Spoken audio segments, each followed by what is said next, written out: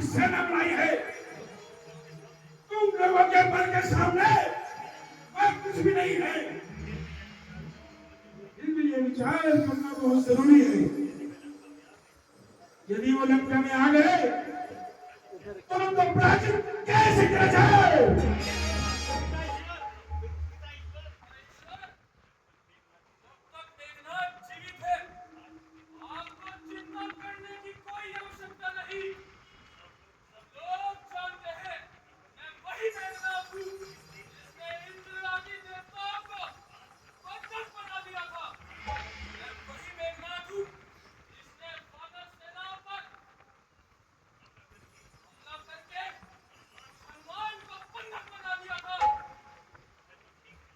वह तो ठीक है और हमें तुम्हारी वीरता में कोई संदेह नहीं है, परंतु समाचार मिला है कि दुश्मन की सेना उस लंका पर चढ़ाई करती है और वह समुद्र के किनारे पर खड़ी है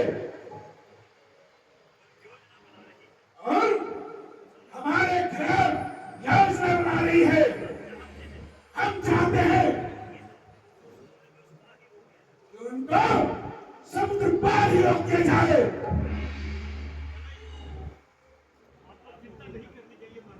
आपको चिंता नहीं करनी चाहिए महाराज, क्योंकि उनमें क्या ताकत है कि वो हमारा मुकाबला कर सके।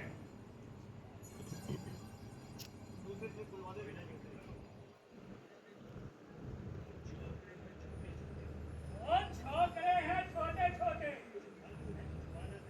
कुछ भालू है कुछ वानर है। हम लोगों के बल के आगे वो छोटे मोटे मच्छर है।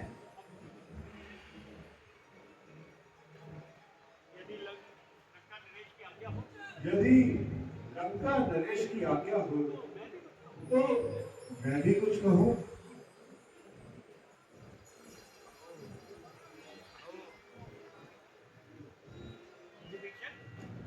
विभीषण, हम तुम्हारी राय की तो बहुत देर से इंतजार कर रहे थे। कहो क्या कहना चाहते हो? लंका नरेश,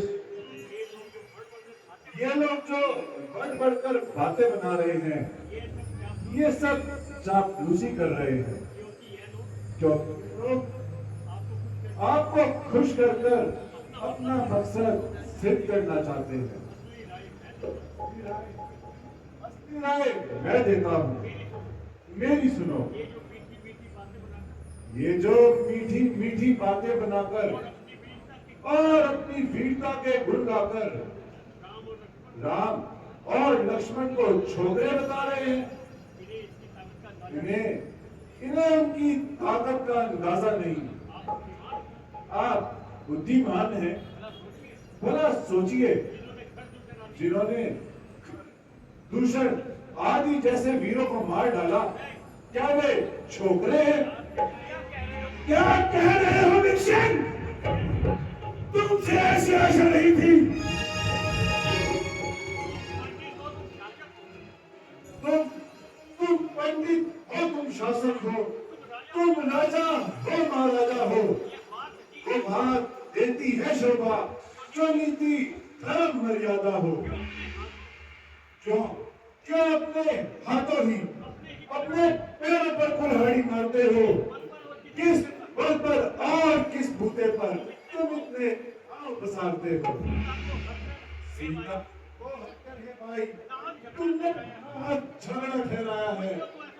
मुझको मुझको तो ऐसा दिखता है कि सोया शेर जगाया है। अफसोस अफसोस जबरदस्ती करके तुम काल से जाकर जुड़े हो और खुद आग में कूद पड़े और राय सभा की पूछते हो। चलो अच्छा जो हुआ उसे छोड़ो और आज की बात का जिक्र करो। जो चली गई सो चली गई, जो नहीं है उसकी फिक्र करो।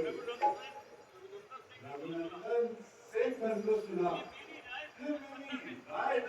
जब जड़ से ही राज मिटा जब आज जल से ही मिटा डालूं सीता को हाँ बस विभीषण चुप हो जा। मुझे मालूम हो गया तू कायर है। तेरी जगह अगर कोई दूसरा होता तो उसका सर सभी पर पड़ा होता। मुझे तेरी राय की जरूरत नहीं।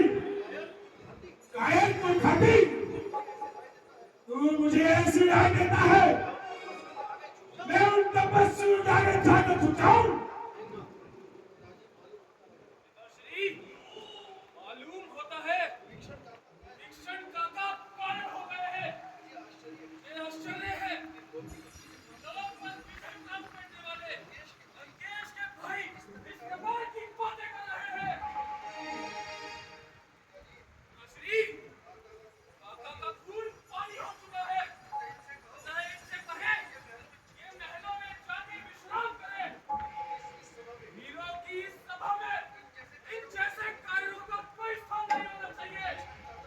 विभीषण काका यदि आपके स्थान पे कोई और इस प्रकार की बातें करता तो उसका सर हर साल खड़ा होगा।